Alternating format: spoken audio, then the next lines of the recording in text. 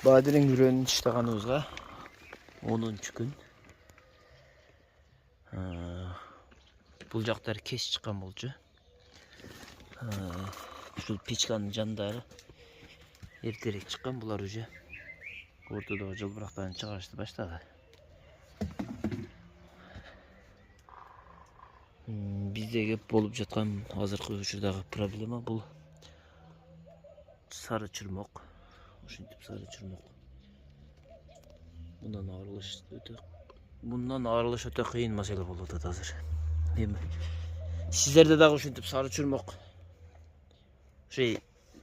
чириндиден сары чурмок ушинтип басып кетсе, үрөн иштаганыңыздардан кийин, үрөн чыккандан кийин 3-күн дегенде сразу пикировка кылып иштагыздар. Бунун эмени аласыздар.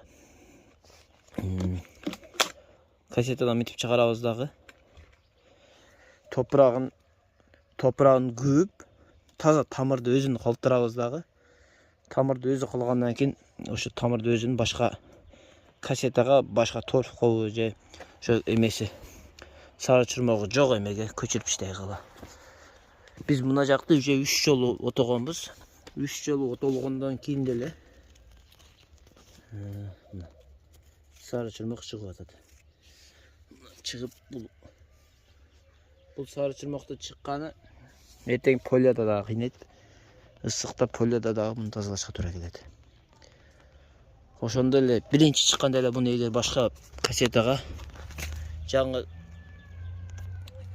торфко, жаңы чириндиге көчүрүп салсаңар, биз сары чурмок болот, анан сары чурмогу жок болуп өсөт да, сразу элечи.